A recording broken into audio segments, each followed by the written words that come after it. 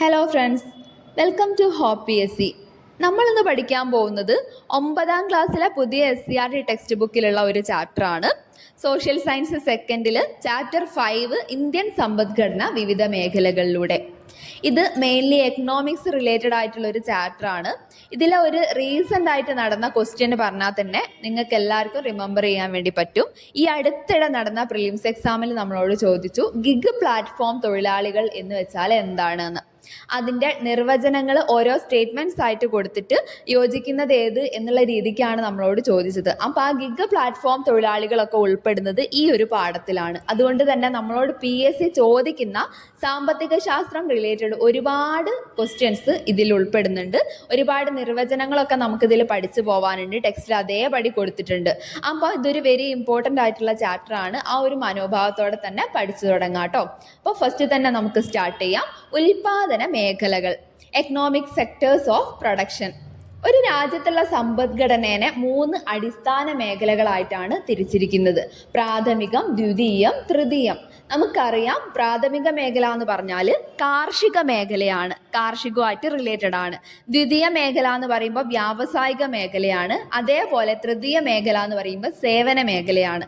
Basic ആയിട്ട് നമ്മൾ ഇത് പഠിച്ചു വെക്കുക. പ്രാഥമികം കാർഷികം, അതേപോലെ ദ്വിതീയം വ്യാവസായികം, പിന്നെ തൃതീയം സേവനം. ഇത്രയും കാര്യം പഠിച്ചിട്ട് നമുക്ക് ഓരോന്നോരോന്ന് 1 by 1 ആയിട്ട് നോക്കാം കേട്ടോ. പ്രാഥമിക മേഖല പ്രകൃതി വിഭവങ്ങൾ നേരിട്ട് ഉപയോഗപ്പെടുത്തി നടത്തുന്ന പ്രവർത്തനങ്ങൾ ഉൾപ്പെടുന്ന മേഖലയാണ് പ്രാഥമിക മേഖല. നമുക്ക് ഇന്ത്യയിലുള്ള അല്ലെങ്കിൽ ഒരു രാജ്യത്തുള്ള എല്ലാ പ്രവർത്തനങ്ങളെയും ഈ ഒരു ഏതെങ്കിലും ഒരു കാറ്റഗറിയിലേക്ക് ഉൾപ്പെടുത്തും കേട്ടോ. അതേപോലെ ഈ ഒരു പ്രകൃതി വിഭവങ്ങളെ നേരിട്ട് ഉപയോഗപ്പെടുത്തുന്ന പ്രവർത്തനങ്ങളൊക്കെ ഉൾപ്പെടുന്നത് പ്രാഥമിക മേഖലയിലാണെന്ന് മനസ്സിലാക്കുക. കൃഷിക്ക് കൂടുതൽ ഇമ്പോർട്ടൻസ് കൊടുക്കുന്നത് കൊണ്ട് തന്നെ പ്രാഥമിക മേഖലയെ കാർഷിക മേഖല എന്നും വിളിക്കുന്നുണ്ട്. നമ്മൾ പഠിച്ചു അല്ലേ. ഇനി ദ്വിതീയ മേഖലയിലേക്ക് പോവാം. ദ്വിതീയം എന്ന് പറയുന്ന സമയത്ത് ഉൽപാദനം എന്നുള്ള വേർഡാണ് നമ്മളിവിടെ സ്ട്രെസ് ചെയ്യേണ്ടത്. അതായത് പ്രാഥമിക മേഖലയിലുള്ള ഉൽപ്പന്നങ്ങളും അസംസ്കൃത വസ്തുക്കളും ഒക്കെ ഉപയോഗിച്ച് പുതിയ ഉൽപ്പന്നങ്ങൾ ഉണ്ടാക്കുന്ന പ്രവർത്തനങ്ങൾ ദ്വിതീയ മേഖലയിലാണ് നടക്കുന്നത്.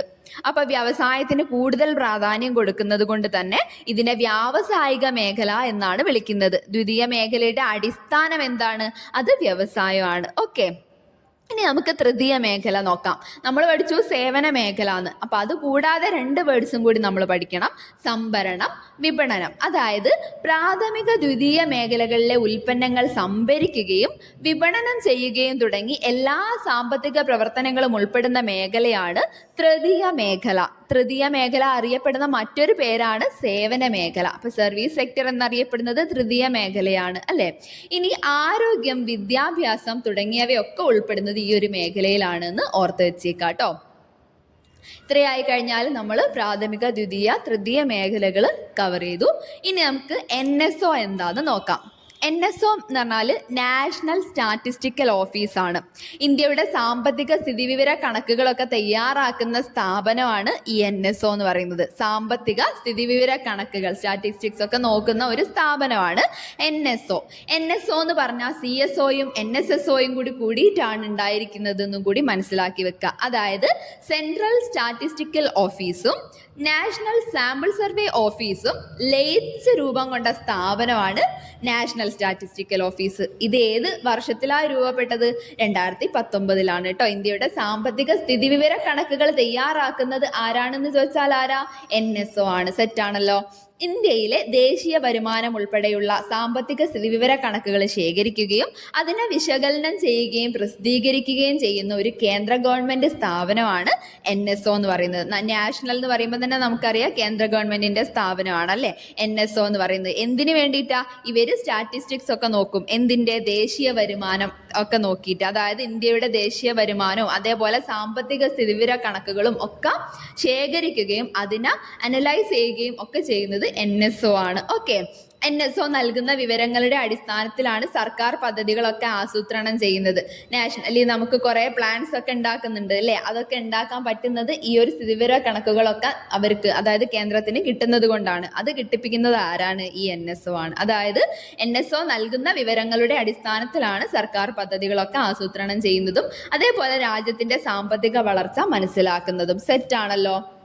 ഇനി നമുക്ക് 3 മേഖലകളിലും ഉൾപ്പെടുന്ന കാര്യങ്ങൾ നോക്കാം. ഇതൊരു ബേസിക് ക്വസ്റ്റ്യൻ ആണ്, നമ്മളോട് PSC സ്ഥിരമായിട്ട് ചോദിക്കുന്നതാ. ഇന്ന കാര്യം ഏത് മേഖലയിൽ ഉൾപ്പെടുന്നു എന്നുള്ള രീതിക്ക് സാമ്പത്തിക ശാസ്ത്രത്തിൽ നമുക്ക് ചോദിക്കുന്ന ക്വസ്റ്റ്യൻ ആണ്. അതുകൊണ്ട് തന്നെ ഓർത്ത് വെച്ചേക്കാം.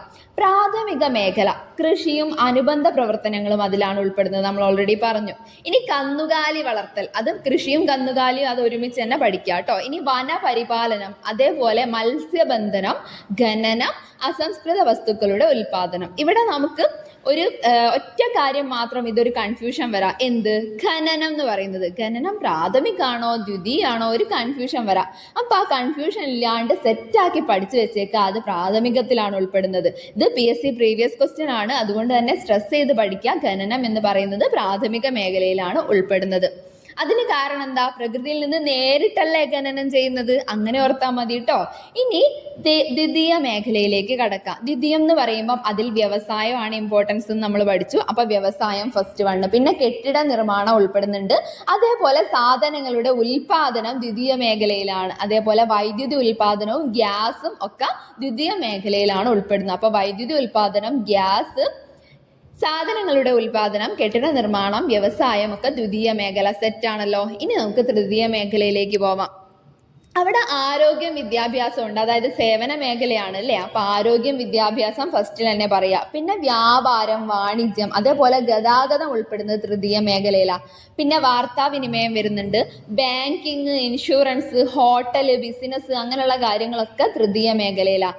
റിയൽ എസ്റ്റേറ്റ് കാര്യങ്ങൾ, അതേപോലെ സംഭരണം, സാമൂഹ്യ സേവന പ്രവർത്തനങ്ങളൊക്കെ ഉൾപ്പെടുന്നത് തൃതീയ മേഖലയിലാണ്. അപ്പൊ ഇനി നമുക്ക് ഈ ഇമേജ് ഒന്ന് ജസ്റ്റ് അനലൈസ് ചെയ്യാം കേട്ടോ, ടെക്സ്റ്റിൽ കൊടുത്തിട്ടുള്ളതാണ്. രാജ്യത്തുള്ള സാമ്പത്തിക വളർച്ച ഉണ്ടാകുന്നതിന് പ്രാഥമിക, ദ്വിതീയ, തൃതീയ മേഖലകൾ പരസ്പരം ബന്ധപ്പെട്ട് കിടക്കുന്നുണ്ട് എന്ന് കാണിക്കുന്ന ഒരു ഫ്ലോ ചാർട്ടാണ് ഇത്. പ്രാഥമിക മേഖലയിൽ നിന്ന് അസംസ്കൃത വസ്തുക്കളും ഭക്ഷ്യവസ്തുക്കളുമാണ് ദ്വിതീയ മേഖലയിലേക്ക് കൊടുക്കുന്നത്. അതേപോലെ തന്നെ ഭക്ഷ്യവസ്തുക്കൾ തന്നെയാണ് തൃതീയ മേഖലയിലേക്കും കൊടുക്കുന്നത്. കാരണം എന്താ? അവരെടുത്ത് അത് തന്നെയുള്ളൂ. അതായത് കാർഷിക ഉൽപ്പന്നങ്ങളായിട്ട് ലഭിക്കുന്നത് നമുക്ക് അസംസ്കൃത വസ്തുക്കളും ഫുഡും ആണ്. ആ ഫുഡ് ഐറ്റംസ് അത് തന്നെയാണ് പ്രാഥമിക മേഖലയിൽ നിന്ന് 2 ഭാഗത്തേക്കും കൊടുക്കുന്നത്. ഇനി നമുക്ക് ദ്വിതീയ മേഖലയിൽ നിന്ന് തിരിച്ചു കിട്ടുന്നത് എന്താ നോക്കാം. യന്ത്ര സാമഗ്രികളും നിർമ്മിത വസ്തുക്കളും. ഈ ദ്വിതീയ മേഖലയിൽ യന്ത്ര സാമഗ്രികളും നിർമ്മിത വസ്തുക്കളും തന്നെയാണ് പ്രാഥമികത്തിലേക്കും തൃതീയത്തിലേക്കും കൊടുക്കുന്നത്. ഓക്കെ, ഇനി ഇതിനൊക്കെ പകരമായിട്ട് തൃതീയ മേഖല 2നും കൊടുക്കുന്നത് എന്താ? അത് സേവനങ്ങളാണെന്ന് ഓർത്ത് വെച്ചേക്കാം. അപ്പം തൃതീയ മേഖല എന്ന് പറഞ്ഞാൽ നമ്മൾ പഠിച്ചു സേവന മേഖലയാണ്. അപ്പം വിവിധ തരം സേവനങ്ങൾ ദ്വിതീയ മേഖലയിലേക്കും പ്രാഥമിക മേഖലയിലേക്കും പ്രൊവൈഡ് ചെയ്യുന്ന ആൾക്കാരാണ് തൃതീയ മേഖലയിൽ ഉള്ളത്. സെറ്റ് ആണല്ലോ. ഇനി നമുക്ക് സമ്പാദ്യം എന്താ, ഉൽപാദനം, വിതരണം, ഇതൊക്കെ എന്താന്നുള്ള നിർവചനങ്ങൾ നോക്കാം കേട്ടോ. ഉപഭോക്താവ് സാധനങ്ങളും സേവനങ്ങളും വാങ്ങുന്നതിനായി വിനിയോഗിച്ച ശേഷം മിച്ചം വരുന്ന കരുതൽ ധനമായി മാറ്റിവെക്കുന്നതിനെയാണ് സമ്പാദ്യം എന്ന് പറയുന്നത്. നമുക്കറിയാം അല്ലെ, ഉപയോഗശേഷം ബാക്കിയുള്ളതുള്ള കരുതലാണ് സമ്പാദ്യം. ഇനി രാജ്യത്തിന്റെ സമ്പദ്ഘടനയെ ത്വരിതപ്പെടുത്തുന്ന സാമ്പത്തിക പ്രവർത്തനങ്ങളാണ് ഉൽപാദനം, വിതരണം, ഉപഭോഗം എന്നുള്ളത് മനസ്സിലാക്കുക. ഈ ഉൽപാദനം എന്ന് വെച്ചാൽ എന്താ? പ്രൊഡക്ഷൻ. ഉൽപാദന ഘടകങ്ങളെ ഉപയോഗപ്പെടുത്തിക്കൊണ്ട് സാധനങ്ങളും സേവനങ്ങളും ഉൽപാദിപ്പിക്കുന്ന പ്രക്രിയയാണ് ഉൽപാദനം. എന്തൊക്കെ ഉണ്ടാക്കുക? സാധനങ്ങളും സേവനങ്ങളും, അതിനെയാണ് ഉൽപാദനം എന്ന് പറയുന്നത്. ഇനി വിതരണം എന്താ നോക്കാം. ഉൽപാദനത്തിലൂടെ ലഭിക്കുന്ന ഉൽപ്പന്നമോ വരുമാനമോ വ്യക്തികൾക്കിടയിലോ ഉൽപ്പന്ന ഘടകങ്ങൾക്കിടയിലോ കൈമാറ്റം ചെയ്യപ്പെടുന്ന പ്രക്രിയയാണ് വിതരണം. അതായത് ഉൽപാദനത്തിലൂടെ നമുക്ക് ഉൽപ്പന്നോ വരുമാനോ ഒക്കെ കിട്ടുന്നുണ്ട്. ആ ഒരു വരുമാനം അല്ലെങ്കിൽ ഉൽപ്പന്നം വ്യക്തികൾക്കിടയിലൊക്കെ അല്ലെങ്കിൽ ഉൽപാദന ഘടകങ്ങൾക്കിടയിലൊക്കെ നമ്മൾ കൈമാറ്റം ചെയ്യപ്പെടുന്നതിനെയാണ് വിതരണം എന്ന് പറയുന്നത്. എല്ലാവരിലേക്കും എത്തിക്കുന്ന ഒരു പ്രോസസ്സാണ് വിതരണം. ഓക്കെ, ഇനി നമുക്ക് ദേശീയ വരുമാനത്തിലേക്ക് കടക്കാം. ഇതൊരു ഇമ്പോർട്ടൻ്റ് പോർഷൻ ആണ്, നമ്മൾ പഠിച്ചു പോകണം കേട്ടോ. ദേശീയ വരുമാനം എന്ന് വെച്ചാൽ എന്താ? ഒരു രാജ്യത്ത് ഒരു സാമ്പത്തിക വർഷത്തിൽ ഉൽപ്പാദിപ്പിക്കുന്ന എല്ലാ അന്തിമ സാധനങ്ങളുടെയും സേവനങ്ങളുടെയും ആകെ പണമൂല്യത്തിനെയാണ് ദേശീയ വരുമാനം എന്ന് പറയുന്നത്. ഇതൊരു പണമൂല്യമാണ്. എന്തിന്? സാധനത്തിൻ്റെയും സേവനത്തിൻ്റെയും. എന്ത് സാധനം എന്ന് സ്ട്രെസ് ചെയ്ത് പഠിക്കണം. അന്തിമ സാധനത്തിൻ്റെയും സേവനത്തിൻ്റെയും പണമൂല്യത്തിനെയാണ് ദേശീയ വരുമാനം എന്ന് പറയുന്നത്. അത് എവിടെയെങ്കിലും ഉൽപ്പാദിപ്പിക്കുന്നതായാൽ മതിയോ? പോരാ. ഒരു സാമ്പത്തിക വർഷത്തിൽ ഒരു രാജ്യത്തിൻ്റെ ഉള്ളിൽ ഉൽപ്പാദിപ്പിക്കുന്നതാവണം. അതായത് രാജ്യത്ത് ഒരു സാമ്പത്തിക വർഷം ഉൽപ്പാദിപ്പിക്കുന്ന എല്ലാ അന്തിമ സാധനങ്ങളുടെയും സേവനങ്ങളുടെയും ആകെ പണമൂല്യത്തിന്റെ പേരാണ് ദേശീയ വരുമാനം. ഓക്കെ, ഇതിങ്ങനെ തന്നെ പഠിച്ചു വെച്ചേക്കണം. നമ്മളോട് PSC ചോദിച്ചിട്ടുള്ള ക്വസ്റ്റ്യൻ ആണ് കേട്ടോ. GDP എന്നൊക്കെ പറഞ്ഞിട്ടുള്ള നമുക്ക് പഠിക്കാനുണ്ട്, അതിനി വരുന്നുണ്ട്. ഓക്കെ, ഇന്ത്യയുടെ സാമ്പത്തിക വർഷം എന്ന് നമ്മൾ പറഞ്ഞല്ലോ, അത് എന്ന് മുതൽ എന്ന് വരെയാ? ഏപ്രിൽ 1 മുതൽ മാർച്ച് 31 വരെയാണ് കേട്ടോ. ഏപ്രിൽ 1 മുതൽ മാർച്ച് 31 വരെയാണ് ഇന്ത്യയുടെ സാമ്പത്തിക വർഷം, ഒരു ഫൈനാൻഷ്യൽ ഇയർ. ഇനി നമുക്ക് ഉപഭോഗം എന്ന് വെച്ചാൽ എന്താ നോക്കാം. ആവശ്യങ്ങളും ആഗ്രഹങ്ങളും തൃപ്തിപ്പെടുത്തുവാൻ വിഭവങ്ങൾ ഉപയോഗിക്കുന്ന പ്രവർത്തനത്തെയാണ് ഉപഭോഗം എന്ന് പറയുന്നത്. കൺസംഷൻ എന്ന് വെച്ചാൽ എന്താ?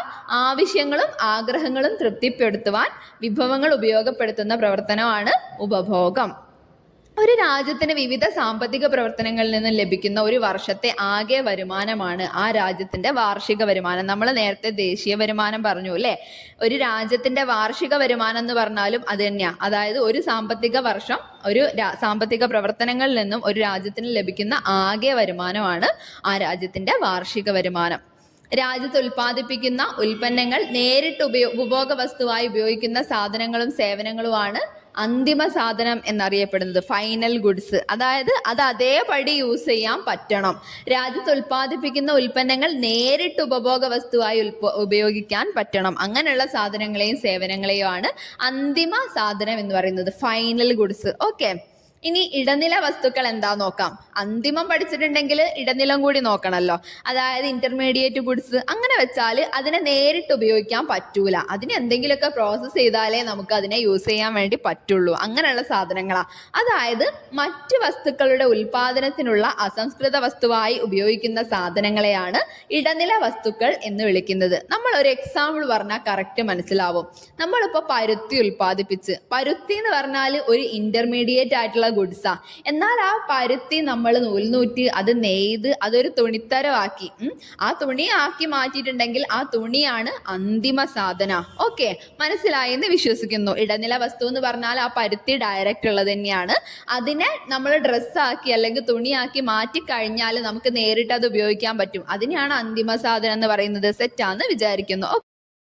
ഇനി നമുക്ക് ഒരു കുടുംബത്തിന്റെ വാർഷിക വരുമാനം എന്താന്നുള്ളത് ഡിഫൈൻ ചെയ്യുന്നുണ്ട്, അതൊന്ന് നോക്കാം. ഒരു വർഷം ഒരു കുടുംബത്തിലെ അംഗങ്ങൾക്ക് വിവിധ മാർഗങ്ങളിലൂടെ ലഭിക്കുന്ന മൊത്തം വരുമാനമാണ് ആ കുടുംബത്തിന്റെ വാർഷിക വരുമാനം. നമുക്ക് എന്തിലൊക്കെ കൂടെ പണം ലഭിക്കാം, അതായത് വിവിധ മാർഗങ്ങൾ എന്ന് പറഞ്ഞാൽ എന്തൊക്കെയാ? ഒന്നെങ്കിൽ ശമ്പളം, അല്ലെങ്കിൽ മറ്റ് തൊഴിലുകൾ, ആസ്തി, അതേപോലെ ബാങ്ക് നിക്ഷേപത്തിൽ നിന്ന് പണം കിട്ടുന്നുണ്ടാവും. അങ്ങനെയൊക്കെ ലഭിക്കുന്ന മൊത്തം വരുമാനം, ഒരു കുടുംബത്തിന്റെ ഒരു വർഷത്തിന്റെ മൊത്തം വരുമാനമാണ് ആ കുടുംബത്തിന്റെ വാർഷിക വരുമാനം. അതറിയാലോ.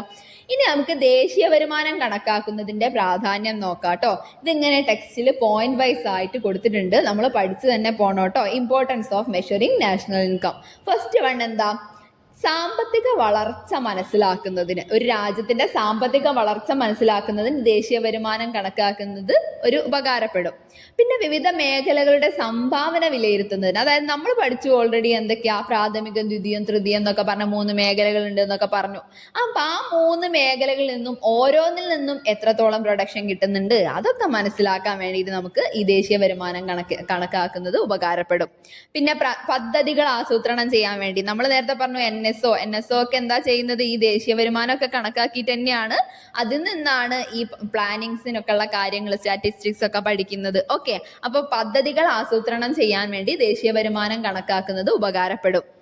അതിനെ സർക്കാരിനെ സഹായിക്കാൻ, അതായത് പദ്ധതികൾ ആസൂത്രണം ചെയ്യുന്നതിനും നടപ്പിലാക്കുന്നതിനും സർക്കാരിനെ സഹായിക്കാൻ ദേശീയ വരുമാനം കണക്കാക്കുന്നത് ഉപകാരപ്പെടും. ഇനിയോ രാജ്യങ്ങളുടെ സാമ്പത്തിക സ്ഥിതി താരതമ്യം ചെയ്യാൻ, അതായത് ഇപ്പോൾ ഇന്ത്യയും അമേരിക്കയും അല്ലെങ്കിൽ ഇന്ത്യയും പാകിസ്ഥാനും അങ്ങനെ മറ്റുള്ള രാജ്യങ്ങളുമായിട്ട് നമ്മളെ സാമ്പത്തിക സ്ഥിതിനെ കമ്പയർ ചെയ്യാൻ വേണ്ടിയിട്ട് ദേശീയ വരുമാനം കണക്കാക്കിയാൽ ഉപകാരം ഉണ്ടാവും. ഓക്കെ, ഇനി രാജ്യത്തെ ജനങ്ങളുടെ വിവിധ തരത്തിലുള്ള നിക്ഷേപങ്ങളും ചെലവുകളും മനസ്സിലാക്കാൻ ദേശീയ വരുമാനം കണക്കാക്കുന്നത് യൂസ് ആവും. അതേപോലെ സമ്പദ് വ്യവസ്ഥയുടെ ശക്തിയും ബലഹീനതയും മനസ്സിലാക്കാൻ പറ്റും. പിന്നെ പ്രാഥമിക, ദ്വിതീയ, തൃതീയ മേഖലകളിലൂടെ ഒരു രാജ്യത്തിന്റെ ദേശീയ വരുമാനം കണക്കാക്കാൻ വേണ്ടിയിട്ടും ഇത് ദേശീയ വരുമാനം കണക്കാക്കുന്നത് യൂസ് ആവും. ഓക്കെ, ഇനി ദേശീയ വരുമാനം കണക്കാക്കുന്ന കുറച്ച് രീതികളാണ് നമുക്ക് പഠിക്കാനുള്ളത്. 3 രീതികളാണ് ഇമ്പോർട്ടൻ്റ് ആയിട്ടുള്ളത്. സാമ്പത്തിക വളർച്ചയുടെ സൂചകം ആണ് ദേശീയ വരുമാനം എന്ന് പറയുന്നത്. അപ്പൊ അത് 3 രീതിയിൽ നമുക്ക് കണക്കാക്കാം. ഉൽപ്പന്ന രീതി, വരുമാന രീതി, ചെലവ് രീതി. അതായത് ദേശീയ വരുമാനം കണക്കാക്കുന്നതിന് ഉൽപാദനം, വരുമാനം, ചെലവാക്കൽ എന്നിവയെ അടിസ്ഥാനമാക്കി 3 രീതികളാണ് നമ്മൾ അവലംബിക്കുന്നത്. ഒന്ന് പ്രൊഡക്റ്റ് മെത്തേഡ്, പിന്നെ income method, expenditure method. 1 by 1 ആയിട്ട് ഫസ്റ്റ് വണ്ണ് നമുക്ക് ഉൽപ്പന്ന രീതി നോക്കാട്ടോ. ഒരു സാമ്പത്തിക വർഷത്തിൽ പ്രാഥമിക, ദ്വിതീയ, തൃതീയ മേഖലകളിൽ ഉൽപ്പാദിപ്പിക്കപ്പെടുന്ന സാധനങ്ങളുടെയും സേവനങ്ങളുടെയും ആകെ പണമൂല്യം കണ്ടെത്തി ദേശീയ വരുമാനം കണക്കാക്കുന്നതിനെയാണ് ഉൽപ്പന്ന രീതി എന്ന് പറയുന്നത്. ഇവിടെ നമ്മൾ സ്ട്രെസ് ചെയ്യേണ്ട പോയിന്റ് ഏതാ? ആകെ പണമൂല്യം കണ്ടെത്തുക. 3 മേഖലകളുടെയും ആകെ പണമൂല്യം കണ്ടെത്തുക. അതിൽ നിന്ന് നമുക്ക് നാഷണൽ ഇൻകം മനസ്സിലാക്കുക. അതിനെയാണ് ഉൽപ്പന്ന രീതി എന്ന് പറയുന്നത്. ദേശീയ വരുമാനത്തിൽ വിവിധ മേഖലകളുടെ വരുമാനം കണക്കാക്കാനും ഓരോന്നിൻ്റെയും പങ്കാളിത്തം, സംഭാവനയൊക്കെ വിലയിരുത്താനും ഒക്കെ ഉൽപ്പന്ന രീതി യൂസ് ആവുമെന്ന് ഓർക്കുക കേട്ടോ. ദേശീയ വരുമാനത്തിന് ഇങ്ങനെ ഒരു ഇക്വേഷൻ നമുക്ക് ടെക്സ്റ്റിൽ കൊടുത്തിട്ടുണ്ട്. x1 + x2 + etc. + xn എന്നുള്ള ഒരു ഇക്വേഷൻ കൊടുത്തിട്ടുണ്ട്. National income is equal to x1ൻ്റെയും x2ൻ്റെയും അങ്ങനെ സമ്മേഷൻ xn വരെയുള്ള സമ്മേഷൻ ആണ് എന്ന് പറയുന്നുണ്ട്. ഇതെന്ന് പറയുന്നത് എന്താ? ഇത് രാജ്യത്തെ പ്രാഥമിക, ദ്വിതീയ, തൃതീയ മേഖലകളിലായി ഉൽപ്പാദിപ്പിക്കപ്പെടുന്ന വിവിധ സാധനങ്ങളുടെയും സേവനങ്ങളുടെയും ആകെ പണമൂല്യമാണ്. ഒക്കെ കൂടി കൂട്ടിയിട്ട് കിട്ടുന്നതാണ് എന്ന്. ഓക്കെ, അത്രയേ ഉള്ളൂ. ഇനി വരുമാന രീതിയാണ്. വരുമാന രീതി എന്ന് പറയുമ്പോൾ 4 എണ്ണം നമ്മൾ ഓർക്കണം. പാട്ടം, വേതന, പലിശ, ലാഭം. എന്താ നോക്കാം.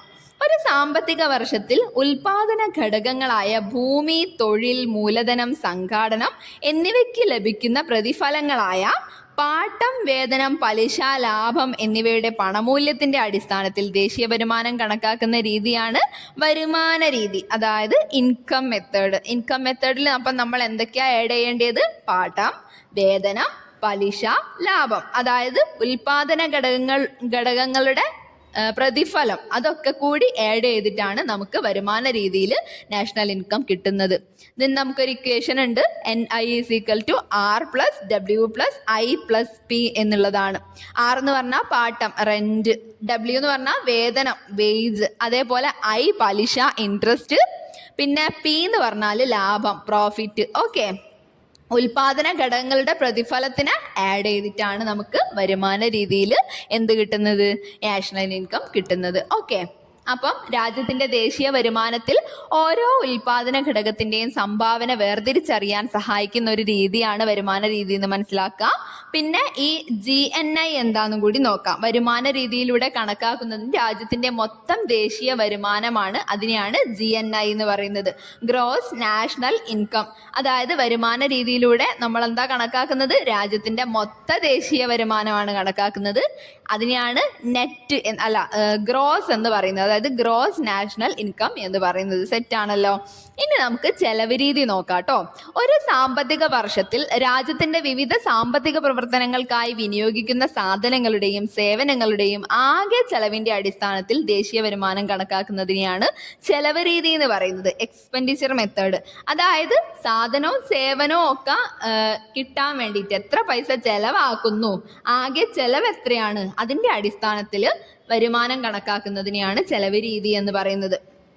വരുമാനമല്ല, നാഷണൽ ഇൻകം, അതായത് ദേശീയ വരുമാനം. ഓക്കെ, ചെലവ് രീതിയിലൂടെ കണക്കാക്കുന്നത് രാജ്യത്തിന്റെ മൊത്തം ദേശീയ ചെലവാണ്. അപ്പൊ ഗ്രോസ് നാഷണൽ എക്സ്പെൻഡിച്ചർ ആണ് നമ്മൾ ചെലവ് രീതിയിൽ ആദ്യം തന്നെ കണക്കാക്കുന്നത്. അതിൽ നിന്ന് ദേശീയ വരുമാനം കണ്ടുപിടിക്കുന്നത് എങ്ങനെയാന്ന് ഇങ്ങനെ ഒരു ഇക്വേഷൻ തന്നിട്ടുണ്ട്.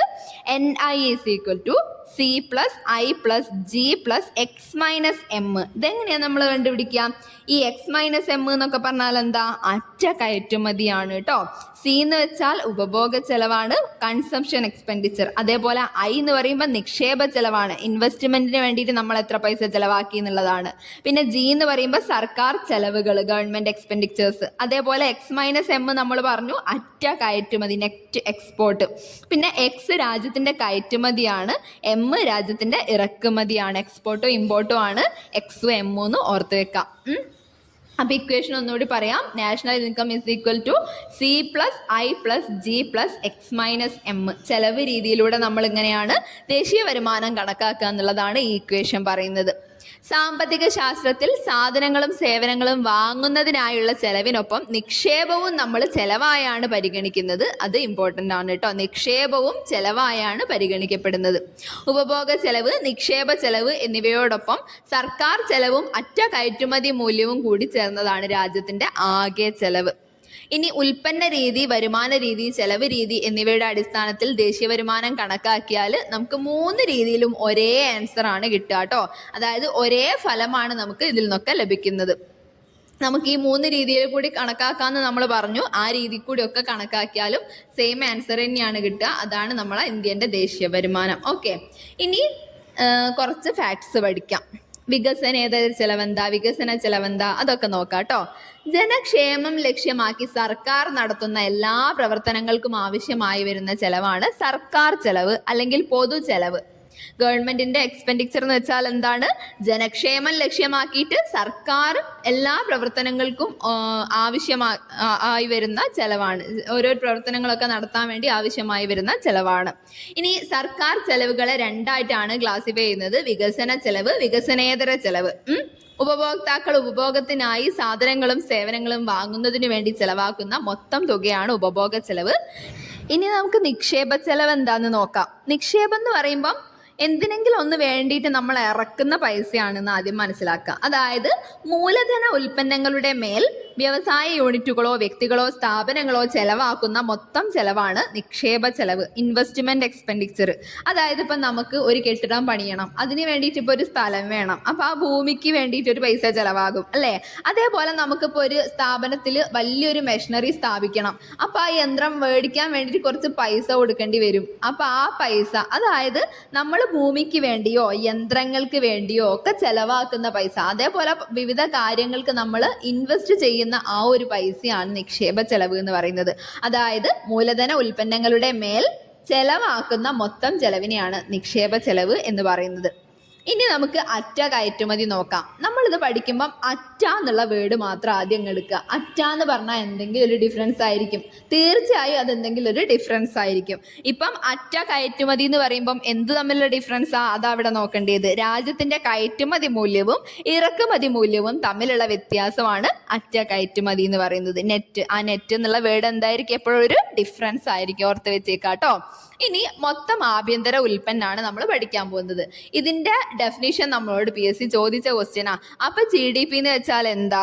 ഒരു സാമ്പത്തിക വർഷത്തിൽ രാജ്യത്തിന്റെ ആഭ്യന്തര അതിർത്തിക്കുള്ളിൽ ഉൽപ്പാദിപ്പിക്കപ്പെടുന്ന അന്തിമ സാധനങ്ങളുടെയും സേവനങ്ങളുടെയും ആകെ പണമൂല്യമാണ് മൊത്ത ആഭ്യന്തര ഉൽപ്പന്നം. നമ്മൾ നേരത്തെ നാഷണൽ ഇൻകം കണക്കാക്കുന്ന അതിൻ്റെ ഒരു ഡെഫിനിഷൻ പറഞ്ഞ സമയത്ത് ഇതേ ഫാക്ട് തന്നെ പറഞ്ഞിട്ടുണ്ടായിരുന്നു. പക്ഷെ അവിടെ പറയാത്തൊരു കാര്യം ഇവിടെ എടുത്തു പറയുന്നുണ്ട്: ആഭ്യന്തര അതിർത്തി. എന്താ ആഭ്യന്തര അതിർത്തി എന്ന് വെച്ചാൽ, അതായത് വിദേശത്തൊക്കെ നമുക്ക് ആൾക്കാരൊക്കെ പണിയെടുത്തിട്ട് അവിടെ നിന്ന് ഇങ്ങോട്ട് പൈസയൊക്കെ അയക്കുന്നുണ്ട് അല്ലേ, അല്ലെങ്കിൽ വിദേശത്ത് പോയിട്ട് അവിടെ ജോലി ചെയ്തിട്ട് അല്ലെ അവിടെ സെറ്റിൽ ആയിട്ടുള്ള ആൾക്കാരൊക്കെ ഇന്ത്യക്കാരൊക്കെ ഉണ്ടാവും അല്ലേ. അപ്പം അങ്ങനെയുള്ളവരെ ഒന്നും കൺസിഡർ ചെയ്യാതെ, അതിൻ്റെ നിന്ന് ലഭിക്കുന്ന അങ്ങോട്ട് അയക്കുന്ന പൈസ അതൊന്നും കൺസിഡർ ചെയ്യാതെ നമ്മളെ ഇന്ത്യൻ്റെ ഉള്ളിൽ മാത്രം എന്തൊക്കെ ഉണ്ടാക്കുന്നുണ്ട് എന്നുള്ളതാണ് GDP എന്നുള്ളതുകൊണ്ട് ഉദ്ദേശിക്കുന്നത്.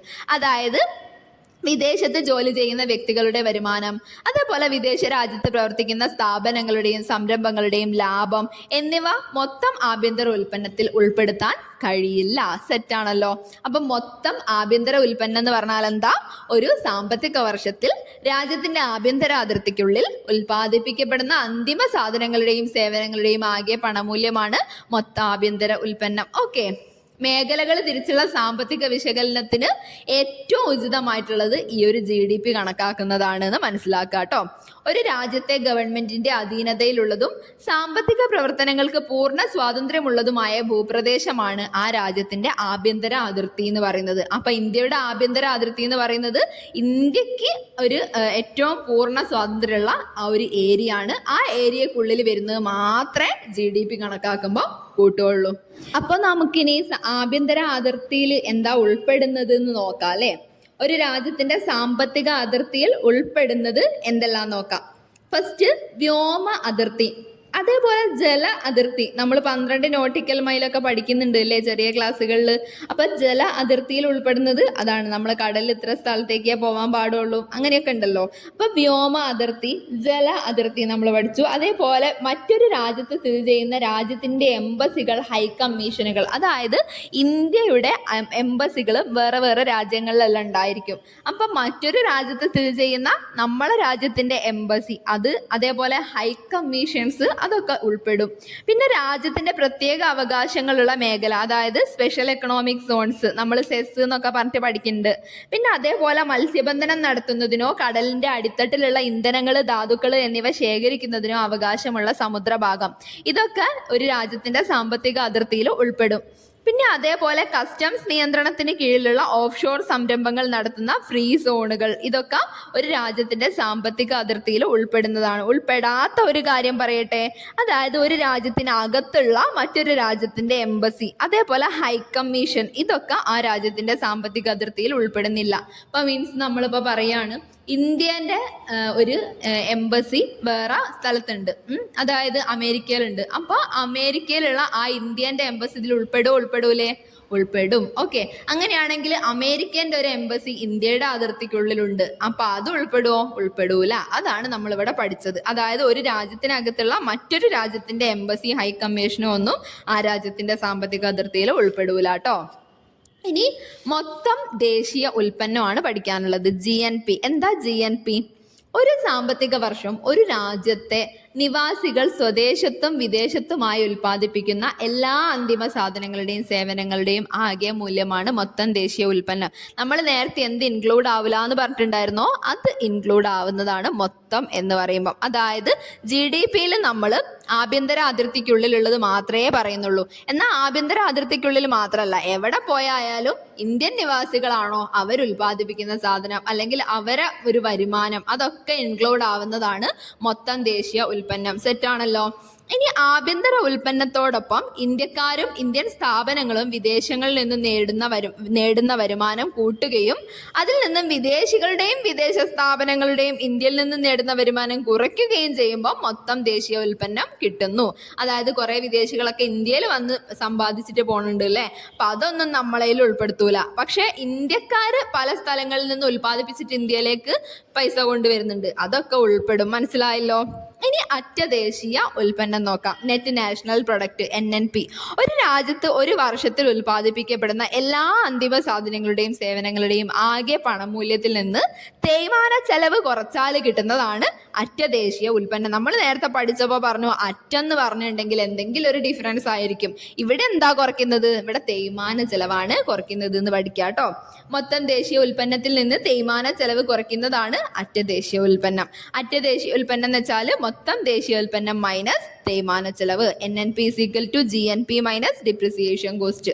NNP കണക്കാക്കുന്നതിന്റെ ആവശ്യകതകൾ നമുക്ക് ടെക്സ്റ്റിൽ പറയുന്നുണ്ട്. രാജ്യത്തിന്റെ സാമ്പത്തിക വളർച്ച അളക്കുന്നതിനും മറ്റ് രാജ്യങ്ങളുമായി അതിനെ കമ്പയർ ചെയ്യുന്നതിനും NNP യൂസ് ചെയ്യുന്നുണ്ട്. പിന്നെ രാജ്യത്തിന്റെ സമ്പദ് വ്യവസ്ഥയുടെ വളർച്ച മനസ്സിലാക്കാൻ NNP ഉപകാരപ്പെടും.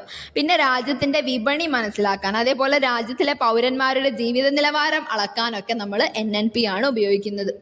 ഒരു മൂലധന ഉൽപ്പന്നത്തിന് വർഷാവർഷം ഉണ്ടായിക്കൊണ്ടിരിക്കുന്ന കേടുപാടുകൾ കാരണമുണ്ടാകുന്ന മൂല്യശോഷണത്തെയാണ് തേയ്മാനം എന്ന് പറയുന്നത്. നമ്മൾ നേരത്തെ ഈ ഡിപ്രിസിയേഷൻ മറ്റേ മൊത്തത്തിൽ നിന്ന് കുറയ്ക്കണം എന്ന് പറഞ്ഞിട്ടുണ്ടായിരുന്നല്ലോ, അതിനെയാണ് നമുക്ക് NNP എന്ന് കിട്ടുന്നത്. അതായത് GNP മൈനസ് ഡിപ്രിസിയേഷൻ കോസ്റ്റ് ആണ് NNP. അപ്പോൾ ഈ ഡിപ്രിസിയേഷൻ എന്താന്ന് മനസ്സിലാക്കണമല്ലോ. തേയ്മാനം എന്ന് വെച്ചാൽ എന്താ? ഒരു മൂലധന ഉൽപ്പന്നത്തിന് ഓരോ വർഷവും ഉണ്ടായിക്കൊണ്ടിരിക്കുന്ന കേടുപാടുകൾ പരിഹരിക്കാൻ നമ്മൾ ചെലവാക്കുന്ന പൈസയാണ് തേയ്മാന ചെലവ്. ഓക്കെ, ഇനി നമുക്ക് പ്രതിശീർഷ വരുമാനം പഠിക്കാം കേട്ടോ. പ്രതിശീർഷ വരുമാനം എന്ന് പറയുമ്പോൾ പെർ ക്യാപിറ്റ ഇൻകം, PCI. അത് കണക്കാക്കുന്നത് ദേശീയ വരുമാനത്തിനെ ജനസംഖ്യ കൊണ്ട് ഹരിക്കുമ്പം കിട്ടുന്ന ഒരു നമ്പറാണ്. അതായത് ദേശീയ വരുമാനം എന്ന് പറയുമ്പോൾ മൊത്തം വരുമാനം, ആ മൊത്തം വരുമാനത്തിന് ഇന്ത്യയിലുള്ള മൊത്തം ജനങ്ങളുടെ എണ്ണം കൊണ്ട് ഹരിച്ചു കഴിഞ്ഞാൽ നമുക്ക് പ്രതിശീർഷ വരുമാനം കിട്ടും. ഈ ജനസംഖ്യ കൂടി വരികയാണെന്നുണ്ടെങ്കിൽ ദേശീയ വരുമാനം സെയിം ആയിട്ടും നിലനിൽക്കുകയാണെന്നുണ്ടെങ്കിൽ നമ്മൾ ഇത് ഡിവൈഡ് ചെയ്യുന്ന സമയത്തുള്ള പ്രതിശീർഷ വരുമാനം കുറഞ്ഞു വരും കേട്ടോ. അത് മനസ്സിലാക്കുക. അതായത് ഒരു രാജ്യത്തിലെ ജനങ്ങളുടെ അമിതമായ വർധനവ് പ്രതിശീർഷ വരുമാനം കുറയുന്നതിന് കാരണമാകുന്നു. പ്രതിശീർഷ വരുമാനം = ദേശീയ വരുമാനം ബൈ ജനസംഖ്യ എന്നുള്ളത് മനസ്സിലാക്കുക. ഇനി ദേശീയ വരുമാനം കണക്കാക്കുന്നതിലുള്ള പരിമിതികൾ നമുക്ക് ടെക്സ്റ്റിൽ ഇങ്ങനെ എടുത്തു പറയുന്നുണ്ട്. കൃത്യമായ സ്ഥിതിവിവര കണക്കുകളുടെ അഭാവം, അതേപോലെ സാധന സേവനങ്ങളുടെ പണമൂല്യം ഒന്നിൽ കൂടുതൽ തവണ ഉൽപാദന ഘട്ടങ്ങളിൽ രേഖപ്പെടുത്താനുള്ള സാധ്യത ഉണ്ട്. അതുകൊണ്ട് നമുക്കിതിൽ തെറ്റ് വരാം. ഓക്കെ, ഇനി ഉൽപ്പാദിപ്പിക്കുന്ന ഉൽപ്പന്നങ്ങളും സേവനങ്ങളും സ്വന്തം ആവശ്യങ്ങൾക്ക് വേണ്ടി ഉപയോഗിക്കുന്നത് ഇതിൽ ഉൾപ്പെടുത്തുന്നില്ല. അതേപോലെ വിപണിയിൽ വില നിശ്ചയിക്കപ്പെടാത്ത സാധനങ്ങളും സേവനങ്ങളും സാധാരണയായി ദേശീയ വരുമാനത്തിൽ ഇൻക്ലൂഡ് ആവുന്നില്ല.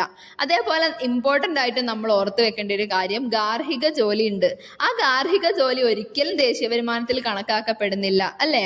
നമ്മളെ അമ്മമാരൊക്കെ ചെയ്യുന്ന ഈ ജോലി എന്ന് പറയുന്നത്, ഗാർഹിക ജോലികൾ ദേശീയ വരുമാനത്തിൽ ഒരിക്കലും കണക്കാക്കപ്പെടുന്നില്ല. അതൊരു പോരായ്മ തന്നെയാണ്. ഓക്കെ, ഇനി മൊത്തം സംയോജിത മൂല്യം അല്ലെങ്കിൽ മൊത്തം വർദ്ധിത മൂല്യം, അതായത് GVA എന്നൊക്കെ പറയും, ഗ്രോസ് വാല്യൂ ആഡഡ്. അതെന്താ നോക്കാം. സാമ്പത്തിക വ്യവസ്ഥയിൽ ഉൽപ്പാദിപ്പിക്കുന്ന സാധനങ്ങളുടെയും സേവനങ്ങളുടെയും ആകെ പണമൂല്യമാണ് മൊത്തം സംയോജിത മൂല്യം. അതായത് GVA എന്ന് വെച്ചാൽ നമ്മൾ സബ്സിഡിയോ അല്ലെങ്കിൽ നികുതിയോ അതൊന്നും പരിഗണിക്കൂല. അതായത് GVA കണക്കാക്കുമ്പോൾ ഉൽപ്പന്ന മൂല്യം മാത്രമേ കണക്കാക്കുന്നുള്ളൂ.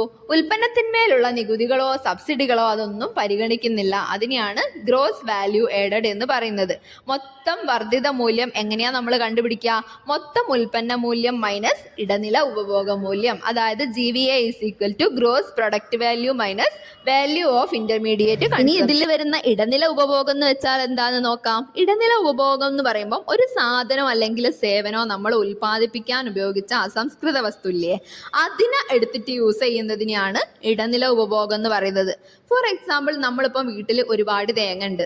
അപ്പം ആ തേങ്ങ നമ്മൾ വെളിച്ചെണ്ണ ഉണ്ടാക്കാൻ വേണ്ടിയിട്ട് കടയിൽ വിൽക്കുക എന്ന് വിചാരിക്കാം. പക്ഷെ മൊത്തം വിൽക്കൂല, നമുക്ക് യൂസ് ചെയ്യാൻ വേണ്ടിയിട്ടുള്ളത് എടുത്തു വെക്കൂ അല്ലേ? അപ്പം ആ എടുത്തു വെക്കുന്നത് ഒരിക്കലും വെളിച്ചെണ്ണയായിട്ട് മാറിയിട്ടില്ല. ആ തേങ്ങ ഡയറക്റ്റ് നമ്മൾ കറി ഉണ്ടാക്കാനും അതിനും ഇതിനും ഒക്കെ യൂസ് ചെയ്യുന്നതാണ്. അപ്പോൾ അതിനെയാണ് ഇടനില ഉപഭോഗം എന്ന് പറയുന്നത്. ഇപ്പം വ്യക്തമായിട്ടുണ്ടെന്ന് തോന്നുന്നു. അതായത് ഒരു സാധനമോ സേവനമോ ഉൽപ്പാദിപ്പിക്കാൻ ഉപയോഗിച്ച അസംസ്കൃത വസ്തുക്കളുടെ ഉപഭോഗമാണ് ഇടനില ഉപഭോഗം. അപ്പം ഈ ഇടനില ഉപഭോഗ മൂല്യം മൊത്ത ഉൽപ്പന്ന മൂല്യത്തിൽ നിന്ന് മൈനസ് ചെയ്താലാണ് നമുക്ക് മൊത്തം വർദ്ധിത മൂല്യം കിട്ടുന്നത്. ഓക്കെ, സെറ്റ് ആയല്ലോ. ഇനി ഈ ഒരു GVA കണക്കാക്കാൻ തുടങ്ങിയത് 2015 ജനുവരി മുതലാട്ടോ. അതായത് ഇന്ത്യൻ സമ്പദ്ഘടനയുടെ വിവിധ മേഖലകളുടെ സംഭാവന കൃത്യമായി കണക്കാക്കാൻ വേണ്ടി GVA ഉപയോഗിച്ചു തുടങ്ങിയത് 2015 ജനുവരി മുതലാണ്. അതിനു മുമ്പ് നമ്മൾ GDP ആണ് ഇതിനൊക്കെ വേണ്ടി യൂസ് ചെയ്തത്. GVA പ്രകാരം സമ്പദ്ഘടനയുടെ ഓരോ മൂല്യവും, അതായത് ഓരോ മേഖലയുടെയും മൂല്യം, അതായത് സംഭാവന നമുക്ക് കണക്കാക്കാൻ വേണ്ടി എളുപ്പത്തിൽ സാധിക്കുന്നു. ഇനി ഈ ഒരു GDP കണക്കാക്കുന്ന സമയത്ത് ഉൽപ്പന്ന നികുതിയും ഉൽപ്പന്നത്തിന്മേലുള്ള സബ്സിഡിയും തമ്മിലുള്ള വ്യത്യാസം മൊത്തം വർദ്ധിത മൂല്യത്തോടൊപ്പം ആഡ് ചെയ്യപ്പെടുന്നുണ്ട്. അതായത് നമ്മളിപ്പോൾ മൊത്തം വർദ്ധിത മൂല്യം GVA പറഞ്ഞു. ആ GVAന്റെ കൂടെ നികുതിയും സബ്സിഡിയും തമ്മിലുള്ള വ്യത്യാസം ഉണ്ടല്ലോ, അതും കൂടി ആഡ് ചെയ്താലാണ് നമുക്ക് GDP കിട്ടുന്നത് എന്ന് മനസ്സിലാക്കുക. അതായത് നമുക്ക് ഈ ഇക്വേഷൻ ഒന്ന് ജസ്റ്റ് നോക്കാം. GDP is equal to GVA plus product tax minus product subsidy. പ്രൊഡക്റ്റിന്റെ ടാക്സും സബ്സിഡിയും തമ്മിലുള്ള ഡിഫറൻസ് GVAന്റെ കൂടെ ആഡ് ചെയ്താൽ നമുക്ക് GDP കിട്ടും. സെറ്റാണല്ലോ. ഇനി നികുതി എന്താ സബ്സിഡി എന്താന്നൊക്കെ ഒന്ന് നോക്കാം. നികുതി എന്ന് പറയുമ്പം നമ്മൾ കൊടുക്കുന്നതാണ് അല്ലേ? അതായത് ക്ഷേമ പ്രവർത്തനങ്ങൾ, വികസന പ്രവർത്തനങ്ങൾ എന്നീ പൊതു താല്പര്യത്തിന് വേണ്ടിയുള്ള ചെലവുകൾ വഹിക്കാനായി ജനങ്ങൾ സർക്കാരിന് നിർബന്ധമായും നൽകേണ്ട പണത്തിനെയാണ് നികുതി എന്ന് പറയുന്നത്. ഇനി സബ്സിഡി എന്താണെന്ന് നോക്കാം. അതായത് സാമൂഹിക സാമ്പത്തിക നയത്തിന്റെ അടിസ്ഥാനത്തിൽ വ്യക്തികൾക്കോ സ്ഥാപനങ്ങൾക്കോ സാധനങ്ങളുടെയോ സേവനങ്ങളുടെയോ മേൽ ഗവൺമെന്റ് നൽകുന്ന സാമ്പത്തിക ആനുകൂല്യത്തിനെയാണ് സബ്സിഡി എന്ന് പറയുന്നത്. എന്തെങ്കിലും ഒരു കുറവ് തരിക അല്ലെ, അതായത് എത്ര പെർസെൻറ്റേജ് സബ്സിഡി അങ്ങനെയൊക്കെ നമ്മൾ കേട്ടിട്ടുണ്ടാവും. അപ്പൊ അതൊരു നികുതി എന്ന് പറഞ്ഞാൽ നമ്മൾ സർക്കാരിലേക്ക് കൊടുക്കുന്നതാണ്. സർക്കാർ നമുക്ക് തരുന്ന ഇളവിനെയാണ് സബ്സിഡി എന്ന് പറയുന്നത്. സെറ്റാണല്ലോ. ഇനി GVA നമുക്ക് കൃത്യമായി ഈ അടുത്തുള്ളതൊക്കെ ഒന്ന് അനലൈസ് ചെയ്യാം കേട്ടോ. 2022-23 കാലഘട്ടത്തിൽ സേവന മേഖലയിൽ നിന്നുള്ള GVA വിഹിതം എന്ന് പറയുന്നത് 55% ആയിരുന്നു. അത് ഇപ്പം ഈ ഒരു വ്യവസായ മേഖല, അതായത് സേവന മേഖല എന്ന് പറയുമ്പോൾ തൃതീയത്തിൽ നിന്നാണ് ഏറ്റവും കൂടുതൽ ഉള്ളത് എന്ന് ഓർക്കാം. ഇനിയിപ്പം വ്യവസായം നോക്കാം. വ്യവസായ മേഖലയിൽ നിന്നുള്ള GVA വിഹിതം 28% ആയിരുന്നു. എന്നാൽ കാർഷിക മേഖലയിൽ നിന്ന് ആകെ 17% മാത്രമേ നമുക്ക് GVA വിഹിതം കിട്ടിയിട്ടുള്ളൂ. അപ്പൊ GVA ഗ്രോസ് വാല്യൂ ആഡഡ് അതിന്റെ വിഹിതം നോക്കുകയാണെങ്കിൽ സേവന മേഖലയിൽ 55, വ്യവസായ മേഖലയിൽ 28, അതേപോലെ കാർഷിക മേഖലയിൽ 17 ഓർത്ത് വെച്ചേക്കാം. 2022-23 കാലഘട്ടത്തിൽ ദേശീയ വരുമാനത്തിലേക്ക് ഏറ്റവും കൂടുതൽ സംഭാവന നൽകിയ മേഖല സേവന മേഖലയായിരുന്നു. ഇനി നമുക്ക് ഇപ്പൊ പറഞ്ഞിട്ടുള്ള ഈ ഒരു കാര്യം സ്റ്റേറ്റിൽ നിന്ന് എങ്ങനെയാണ് കോൺട്രിബ്യൂഷൻ എന്ന് നോക്കാം. അതായത് GSVA means gross state value added എന്താ നോക്കാം. 2022-23 കാലഘട്ടത്തിൽ 62.62% നമുക്ക് സേവന മേഖലയിൽ നിന്ന്, അതായത് ഈ ഇന്ത്യയിൽ നിന്ന് മൊത്തമായി 55 ആണെങ്കിൽ കേരളത്തിൽ നിന്ന് മൊത്തമായി 62.62% സേവന മേഖലയിൽ നിന്നും നമുക്ക് സംഭാവനയായിട്ട് കിട്ടിയിട്ടുണ്ട്. അതേപോലെ വ്യവസായം നോക്കുകയാണെങ്കിൽ 28.4%. എന്നാൽ കാർഷിക മേഖലയിൽ നിന്നാകെ നമുക്ക് 8.98% മാത്രമേ GSVA കിട്ടിയിട്ടുള്ളൂ. Okay, gross state value added ആണ് നമ്മൾ സെക്കൻഡ്ലി പറഞ്ഞത്. ഓക്കെ, ഇനി ഇന്ത്യയുടെയും കേരളത്തിൻ്റെയും മൊത്തം വർദ്ധിത മൂല്യത്തിൻ്റെ തൃതീയ മേഖലയുടെ സംഭാവന മറ്റ് മേഖലകളെ അപേക്ഷിച്ച് കൂടുതലാണ്. അപ്പം അതിന് കുറച്ച് റീസൺസ് ഉണ്ടല്ലോ, അതെന്തൊക്കെയാണെന്ന് നോക്കാം. ആരോഗ്യ മേഖലയുടെയും വിദ്യാഭ്യാസ മേഖലയുടെയും പുരോഗതി ഉറപ്പാക്കിക്കൊണ്ടുള്ള പ്രവർത്തനങ്ങൾ ഇതിനൊരു കാരണമാണ്. നമ്മൾ കേരളത്തിൽ നോക്കാം, ഇന്ത്യയിൽ നിന്നാണെങ്കിലും അത് കൂടുതൽ തന്നെയാണ്, സേവന മേഖല കൂടുതൽ തന്നെയാണ്. എന്നാലും നമ്മൾ കേരളം കുറച്ചുകൂടി കമ്പയർ ചെയ്യുന്ന സമയത്ത് ആരോഗ്യ മേഖലയിലും വിദ്യാഭ്യാസ മേഖലയിലും ഒക്കെ നമ്മൾ കുറച്ച് മുന്നിട്ട് നിൽക്കുന്നുണ്ട് അല്ലേ. പിന്നെ അതേപോലെ രാജ്യത്തിന്റെ വ്യാപാര വാണിജ്യ മേഖലകളെ മുന്നോട്ട് നയിക്കുന്ന ബാങ്കിങ്, ഇൻഷുറൻസ് സംവിധാനങ്ങളുടെയൊക്കെ വളർച്ച ഇതിനെ ബാധിക്കുന്നുണ്ട്. അതായത് ഇത് കൂടാൻ കാരണമായിട്ടുണ്ട്. ഇനി അതേപോലെ സേവന മേഖലയിൽ നിന്ന് സംഭാവന കൂടാൻ കാരണമായിട്ടുള്ള വേറൊരു കാരണമാണ് വിനോദസഞ്ചാരം എന്ന് പറയുന്നത്. വിനോദസഞ്ചാര മേഖലയുടെ വളർച്ച, അതേപോലെ ഗതാഗത വാർത്താവിനിമയ മേഖലകളുടെ വളർച്ച, അറിവധിഷ്ഠിത വ്യവസായങ്ങളുടെ വളർച്ച, ഇതൊക്കെ ഇമ്പോർട്ടൻ്റ് ആണ് കേട്ടോ.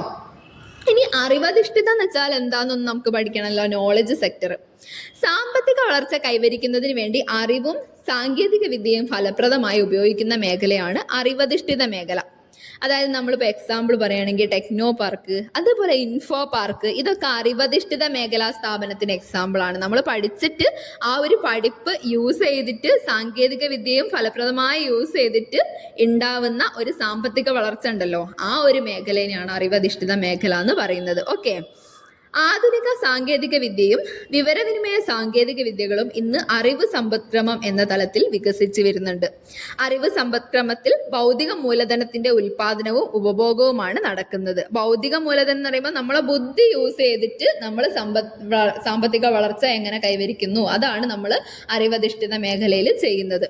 അറിവ് സമ്പദ്ക്രമത്തിന്റെ അടിസ്ഥാനം എന്ന് പറഞ്ഞാൽ ഒന്നാമതേ വിദ്യാഭ്യാസമാണ്.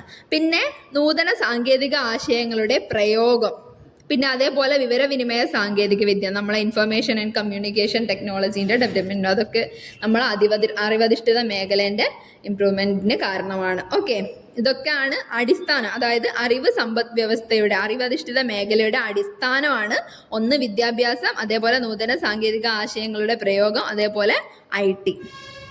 ഇനി മനുഷ്യ വിഭവത്തിൻ്റെ അറിവ്, കഴിവുകൾ, ആരോഗ്യ വിദ്യാഭ്യാസം എന്നിവയാണ് മനുഷ്യ മൂലധനം എന്നതുകൊണ്ട് അർത്ഥമാക്കുന്നത് കേട്ടോ. ഇനി അറിവധിഷ്ഠിത മേഖലയെ പരിപോഷിപ്പിക്കുന്നതിനായി ഇന്ത്യയിൽ നിലനിൽക്കുന്ന അനുകൂലമായ സാഹചര്യങ്ങൾ എന്തൊക്കെയാണെന്ന് നോക്കാം. ഒന്ന്, വിദേശ ഭാഷകൾ അനായാസം കൈകാര്യം ചെയ്യുന്ന ഒരു ജനസമൂഹമാണ് ഇന്ത്യയിൽ നമുക്കുള്ളത്. ഇംഗ്ലീഷൊക്കെ നല്ല രീതിക്ക് കൈകാര്യം ചെയ്താൽ നമുക്ക് മറ്റുള്ള വിദേശ കമ്പനികളുമായിട്ടും അങ്ങനെയൊക്കെ ധാരണകളൊക്കെ ആവാൻ പറ്റും അല്ലേ. അപ്പം വിദേശ ഭാഷകളൊക്കെ അനായാസം കൈകാര്യം ചെയ്യുന്ന ഒരു ജനസമൂഹമായതുകൊണ്ട് തന്നെ അറിവധിഷ്ഠിത മേഖല നമ്മളത് ഡെവലപ്പ് ചെയ്ത് വരുന്നുണ്ട്. ഓക്കെ, അതേപോലെ മെച്ചപ്പെട്ട ശാസ്ത്ര സാങ്കേതിക വളർച്ച, അതേപോലെ വിപുലമായ സർക്കാർ സഹകരണ സ്വകാര്യ മേഖലകൾ ഒക്കെ, പിന്നെ അതേപോലെ അനുദിനം വികസിച്ചുകൊണ്ടിരിക്കുന്ന വിപണികൾ. ഇനി നമുക്ക് ഘടനാപരമായ പരിവർത്തനം എന്ന് വെച്ചാൽ എന്താ നോക്കാം. ഒരു രാജ്യത്തിന്റെ സാമ്പത്തിക വളർച്ചയുടെ വിവിധ ഘട്ടങ്ങളിൽ വിവിധ മേഖലകൾക്കുള്ള ആപേക്ഷിക പ്രാധാന്യത്തിൽ വരുന്ന മാറ്റത്തിനെയാണ് ഘടനാപരമായ പരിവർത്തനം എന്ന് പറയുന്നത്. ഓരോ മേഖലയ്ക്കും ഒരു പ്രാധാന്യം ഉണ്ടാവും. ആ മേഖലയിലുള്ള പ്രാധാന്യത്തിന് ഡിഫറൻസസ് വരും. അതായത് രാജ്യത്തിന്റെ സാമ്പത്തിക വളർച്ചയുടെ വിവിധ ഘട്ടങ്ങളിൽ ഇപ്പം നമുക്ക് സേവന മേഖല വളർന്നുകൊണ്ടിരിക്കുന്ന സമയത്ത് വിദ്യാഭ്യാസ മേഖല, ആരോഗ്യ മേഖല, അതിനൊക്കെയാണ് കൂടുതൽ ഇമ്പോർട്ടൻസ് വരുന്നത്, അല്ലാണ്ട് കാർഷിക മേഖലയ്ക്കല്ല. ആ ഒരു കമ്പാരിസൺ മനസ്സിലായി എന്ന് വിചാരിക്കുന്നു. അതായത് ഘടനാപരമായ പരിവർത്തനം എന്ന് വെച്ചാൽ എന്താണ്, നമ്മളെ രാജ്യം ഡെവലപ്പ് ചെയ്യുന്ന സമയത്ത് ആ സാമ്പത്തിക വളർച്ച ഓരോ ഘട്ടങ്ങളിൽ എത്തുമ്പോഴും നമ്മൾ ഇമ്പോർട്ടൻസ് കൊടുക്കുന്ന മേഖലയ്ക്ക് ചേഞ്ചസ് വരുന്നുണ്ട്. ആ വ്യത്യാസത്തിനെയാണ് നമ്മൾ ഘടനാപരമായ പരിവർത്തനം എന്ന് വിളിക്കുന്നത്. ഓക്കെ, ഇനി നമുക്ക് അസംഘടിത സംഘടിത മേഖലകൾ എന്താ നോക്കാം. ഓർഗനൈസ്ഡ് ആൻഡ് അൺഓർഗനൈസ്ഡ് സെക്ടേഴ്സിനെ കുറിച്ച് പഠിക്കാം. അതായത് തൊഴിൽ മേഖലയിൽ സംഘടിത മേഖല, അസംഘടിത മേഖല എന്നിങ്ങനെ 2 വിഭാഗങ്ങളുണ്ട്.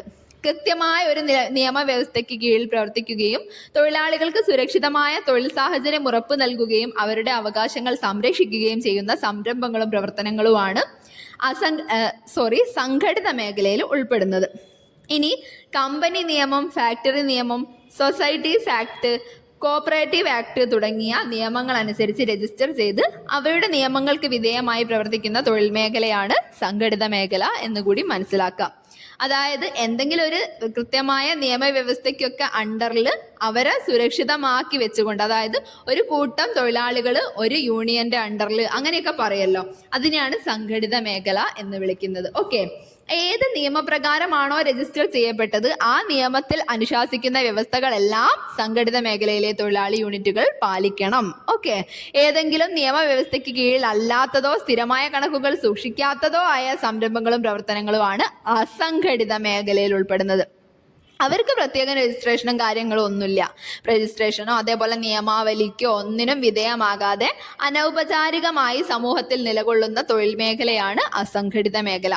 അസംഘടിത മേഖലയിലെ തൊഴിലാളികൾക്ക് സർക്കാരിൽ നിന്നുള്ള മാർഗനിർദ്ദേശങ്ങളോ സംരക്ഷണമോ അങ്ങനെയൊന്നും ലഭിക്കുന്നില്ല. ഓക്കെ, അപ്പം നമ്മൾ സംഘടിത മേഖലയും അസംഘടിത മേഖലയും തമ്മിൽ ഒന്ന് കമ്പയർ ചെയ്യുകയാണെന്നുണ്ടെങ്കിൽ രജിസ്റ്റർ ചെയ്യപ്പെട്ടതാണ് സംഘടിതം, രജിസ്റ്റർ ചെയ്യപ്പെടാത്ത തൊഴിൽ മേഖലയാണ് അസംഘടിതം. ഓക്കെ, അതേപോലെ സെക്കൻഡ് വൺ എന്താ, സ്ഥിരം തൊഴിലുറപ്പ് നൽകുന്നവയാണ് സംഘടിതം, എന്നാൽ സ്ഥിരം തൊഴിലുറപ്പ് നൽകാത്തതാണ് അസംഘടിതം. താരതമ്യേന കൂടിയ ശമ്പളമാണ് സംഘടിത മേഖലയിൽ ഉണ്ടാവുക.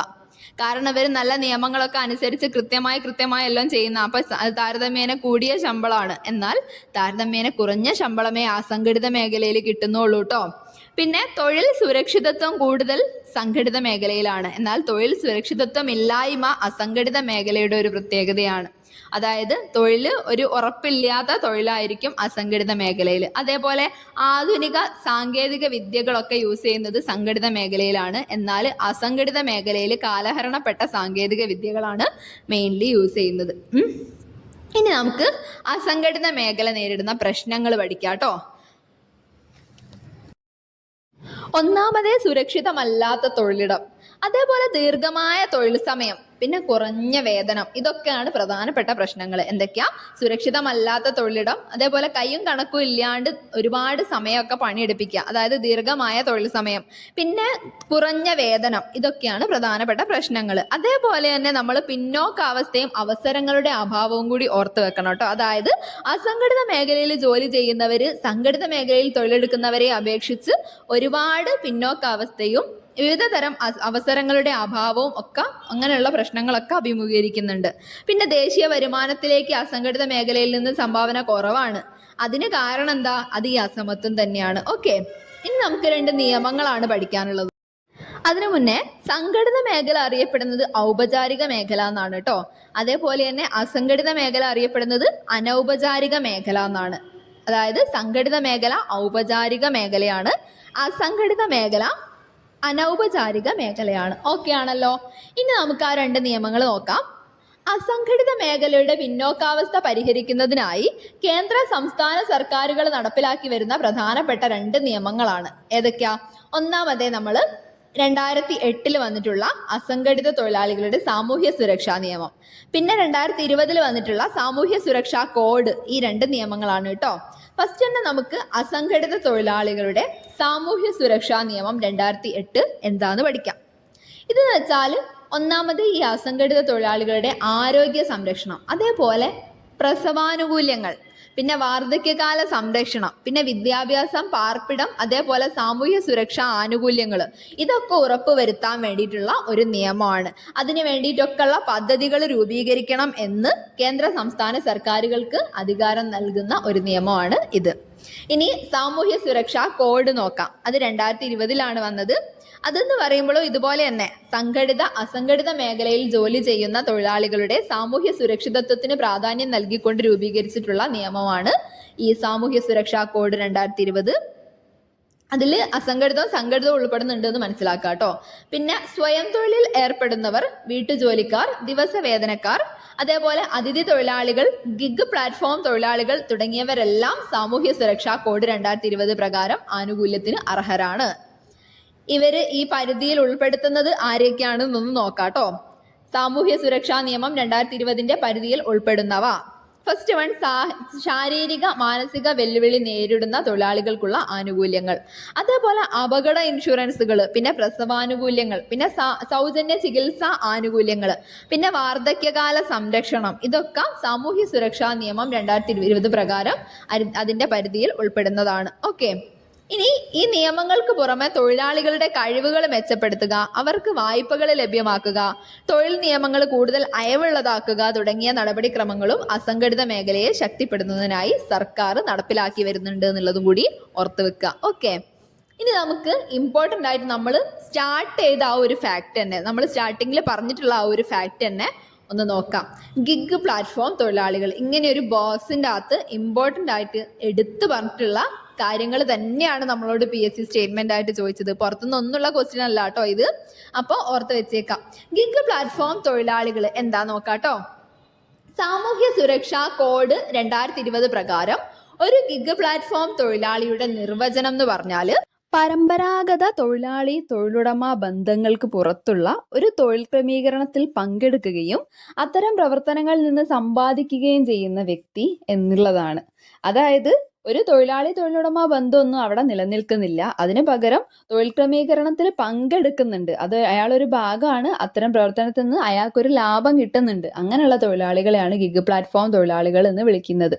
അയാൾ ഒരു സ്ഥാപനങ്ങളിൽ വർക്ക് ചെയ്യണം നിർബന്ധമൊന്നുമില്ല. പല പല സ്ഥാപനങ്ങളിൽ ഒരേ സമയം വർക്ക് ചെയ്യുന്നുണ്ടായിരിക്കും. ഓക്കെ, ഇതിപ്പം നമ്മൾ കറക്റ്റ് ഇത് മനസ്സിലാവണം എന്നുണ്ടെങ്കിൽ ഒരു എക്സാമ്പിൾ നോക്കിയാൽ മതി. ഓൺലൈൻ ഭക്ഷ്യവിതരണ തൊഴിലാളികൾ, നമ്മൾ ഈ സൊമാറ്റോ, സ്വിഗ്ഗി എന്നൊക്കെ പറഞ്ഞിട്ട് ഓരോ ബാഗ് ഇട്ടൊക്കെ പോകുന്ന ഓരോ ചേട്ടന്മാർ, അവരെ കാണുമ്പോഴൊക്കെ നമ്മൾ ഓർക്കണം ഗിഗ് പ്ലാറ്റ്ഫോം തൊഴിലാളികളാണ് അവരെന്ന്. നമുക്ക് പഠിക്കാനുള്ള കാര്യമാണ് കേട്ടോ. പിന്നെ ഈ ഫ്രീലാൻസർമാർ, ഓൺലൈൻ വർക്കൊക്കെ നമുക്ക് ഇങ്ങനെ ചെയ്തു കൊടുക്കുന്ന ആൾക്കാർ, ഇത്ര ദിവസം കൊണ്ട് ഇത്ര ഭാഗം ടൈപ്പ് ചെയ്തിട്ട് അയക്കുക, അങ്ങനെയൊക്കെ ഓരോന്നുണ്ടാവുമല്ലോ. അങ്ങനെയൊക്കെ ഫ്രീലാൻസർമാർ. പിന്നെ ഓൺലൈനായിട്ട് നമുക്ക് ഈ പ്രോഗ്രാമൊക്കെ ഡിസൈൻ ചെയ്യുക, അങ്ങനെയൊക്കെ കൊടുക്കുന്ന ആൾക്കാരൊക്കെ ഉണ്ടാവുമല്ലോ. പിന്നെ അതേപോലെ ഈ സ്വതന്ത്ര കോൺട്രാക്ടർമാർ, പിന്നെ ഡ്രൈവർമാർ, പല പല വാഹനങ്ങളിൽ ഓടിക്കുന്ന ഡ്രൈവർമാരായിരിക്കും. അവർ വിളിച്ചിട്ടുണ്ടെങ്കിൽ പോവും, ആ വണ്ടി ഓടിക്കും, അങ്ങനെ പോരും. ഓക്കെ, അങ്ങനെ അതായത് ഫ്രീലാൻസർമാർ, സ്വതന്ത്ര കോൺട്രാക്ടർമാർ, ഡ്രൈവർമാർ, ഓൺലൈൻ ഭക്ഷ്യവിതരണ തൊഴിലാളികൾ, ഇതൊക്കെ എന്തിന് എക്സാമ്പിളാണ്? ഗിഗ് പ്ലാറ്റ്ഫോം തൊഴിലാളികൾക്ക് എക്സാമ്പിളാണ്.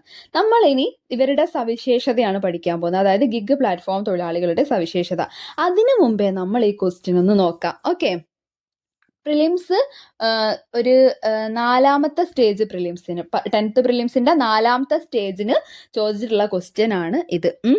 ഗിഗ് പ്ലാറ്റ്ഫോം തൊഴിലാളികളുമായി ബന്ധപ്പെട്ട് നൽകിയിരിക്കുന്ന ഉചിതമായ അല്ലെങ്കിൽ ശരിയായ ആശയങ്ങൾ തിരിച്ചറിയുക. PSC ചോദിച്ചിട്ടുള്ള ക്വസ്റ്റ്യൻ ആണ്. ക്വസ്റ്റ്യൻ പേപ്പറിന്റെ കോഡ് 17/2025. ഓക്കെ, ഫസ്റ്റത്തെ പോയിന്റ് ആണ് ഗിഗ് പ്ലാറ്റ്ഫോം തൊഴിലാളികൾക്ക് ആവശ്യാനുസരണം കമ്പനികളുമായി ഔപചാരിക കരാറുകളിൽ ഏർപ്പെടാൻ സാധിക്കുന്നില്ല. ശരിയാണോ തെറ്റാണോ എന്ന് പറയണം. അങ്ങനെയാണ്. സാധിക്കുന്നുണ്ട് എന്നുള്ളതാണ് ആൻസർ. ഓക്കെ, പിന്നെ താൽക്കാലികവും സമയബന്ധിതവും ആയി പൂർത്തിയാക്കേണ്ട തൊഴിലുകളാണ് ഇവ. അത് ശരിയാണ്. കാരണം ഒരു നിശ്ചിത സമയത്തിനുള്ളിൽ അവർ പറയുന്ന കാര്യം നമ്മൾ ചെയ്യണം. ഓക്കെ, പിന്നെ ഒരേ സമയം ഒന്നിലധികം സ്ഥാപനങ്ങളിൽ ജോലി ചെയ്യാൻ സാധിക്കുന്നു. അത് ശരിയാണ്.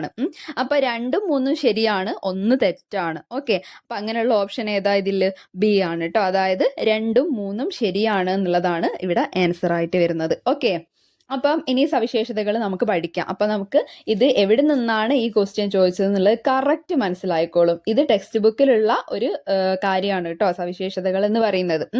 ഗിഗ് പ്ലാറ്റ്ഫോം തൊഴിലാളികൾക്ക് ആവശ്യാനുസരണം കമ്പനികളുമായി ഔപചാരിക കരാറുകളിൽ ഏർപ്പെടാൻ സാധിക്കുന്നു. അത് സാധിക്കുന്നില്ല എന്ന് പറഞ്ഞിട്ടാണ് നമ്മളോട് ചോദിച്ചത്. അപ്പൊ അത് തെറ്റാന്ന് മനസ്സിലാക്കാൻ വേണ്ടി നമുക്ക് പറ്റണം. ഓക്കെ, ഇനി താൽക്കാലികവും സമയബന്ധിതവുമായി പൂർത്തിയാക്കേണ്ട തൊഴിലുകളാണ് ഇവ. അത് ശരിയാണ്. അതേപോലെ ഒരേ സമയം ഒന്നിലധികം സ്ഥാപനങ്ങളിൽ ജോലി ചെയ്യാൻ സാധിക്കുന്നു. അത് ശരിയാണ്. പിന്നെ എന്താ? സമയത്തിനും സന്ദർഭത്തിനും അനുസരിച്ച് ജോലി ചെയ്യാനുള്ള സ്വാതന്ത്ര്യം ലഭ്യമാകുന്നു. ഈ ഫസ്റ്റുള്ള ഈ 3 കാര്യങ്ങൾ അതേപടിയാണ് നമുക്ക് ഓപ്ഷനായിട്ട് തന്നിട്ടുള്ളത് എന്നുള്ളത് മനസ്സിലാക്കുക കേട്ടോ. ചെറിയ ചേഞ്ച് വരുത്തി, അതായത് സാധിക്കുന്നു എന്നുള്ളത് സാധിക്കുന്നില്ല എന്നാക്കി മാറ്റി. ഇനി നമുക്ക് 2 പോയിന്റും കൂടി പഠിക്കാനുണ്ട്. സമയത്തിനും സന്ദർഭത്തിനും അനുസരിച്ച് ജോലി ചെയ്യാനുള്ള സ്വാതന്ത്ര്യം ലഭ്യമാകുന്നു. പിന്നെ അതേപോലെ എന്താണ്? താല്പര്യമുള്ള മേഖലകളിൽ ഇവർക്ക് കഴിവുകൾ പരീക്ഷിക്കാൻ അവസരം ലഭിക്കുന്നു. ഓക്കെ, ഇതൊക്കെ നോക്കി വെച്ചേക്കാം. ഇപ്പം സമയത്തിനും സന്ദർഭത്തിനും അനുസരിച്ച് ജോലി ചെയ്യാന്നുള്ളതുകൊണ്ട് ഉദ്ദേശിക്കുന്നത് എന്താണെന്നറിയോ? അപ്പം മോർണിംഗിലാണോ ഈവനിങ്ങിനാണോ നൈറ്റിനാണോ എപ്പോഴാണോ നമുക്ക് ഡ്യൂട്ടി ചെയ്യാൻ പറ്റുക ആ സമയത്തിന് പോയാൽ മതി നമ്മൾ. അതാണ്. അല്ലാണ്ട് സമയബന്ധിതമായി തീർക്കണം എന്നുള്ളത് വേറെ ഫാക്ട് തന്നെയാണ് കേട്ടോ. ഇത് ഡിഫറെൻ്റ് ആണ്. പിന്നെ താല്പര്യമുള്ള മേഖലകളിൽ ഇവർക്ക് കഴിവുകൾ പരീക്ഷിക്കാൻ അവസരം ലഭിക്കുന്നു. ഓക്കെ, നമുക്കിപ്പോൾ ഇഷ്ടമുള്ള മേഖല, ഇപ്പോൾ പ്രോഗ്രാമിംഗ് ഇഷ്ടമുള്ളവർക്കാണെന്നുണ്ടെങ്കിൽ ഫ്രീലാൻസിങ് ആ ഒരു രീതിക്ക് പോവാം. പിന്നെ യാത്രയൊക്കെ ഇഷ്ടപ്പെടുന്ന ആൾക്കാരൊക്കെ ആണെന്നുണ്ടെങ്കിൽ ട്രാവലിംഗ്, അതിപ്പം ഓൺലൈൻ ഭക്ഷ്യവിതരണ തൊഴിലാളികളായിട്ടൊക്കെ പോവാം. അപ്പം നമുക്ക് ഇഷ്ടമുള്ളത് ഏതാണോ രീതി ആ ഒരു രീതിയിൽ നമുക്ക് കഴിവ് പരീക്ഷിക്കാൻ വേണ്ടിയിട്ടൊരു അവസരം ലഭിക്കുന്നതാണ്. നമ്മൾ മൊത്തമായിട്ടും ആ ഒരു കമ്പനിയിൽ വർക്ക് ചെയ്യണം എന്നൊന്നുമില്ല, പാർട്ട് ടൈം ആയിട്ടൊക്കെ ഉള്ളത് അല്ലേ. അപ്പോൾ ഓക്കെ, ഗിഗ് പ്ലാറ്റ്ഫോം തൊഴിലാളികൾ മനസ്സിലായി എന്ന് വിശ്വസിക്കുന്നു. അപ്പം ഇത്രയാണ് നമുക്ക് ഈ ഒരു ചാപ്റ്ററിൽ പഠിക്കാനുള്ളത്. അപ്പോൾ ഓക്കെ ഫ്രണ്ട്സ്, താങ്ക്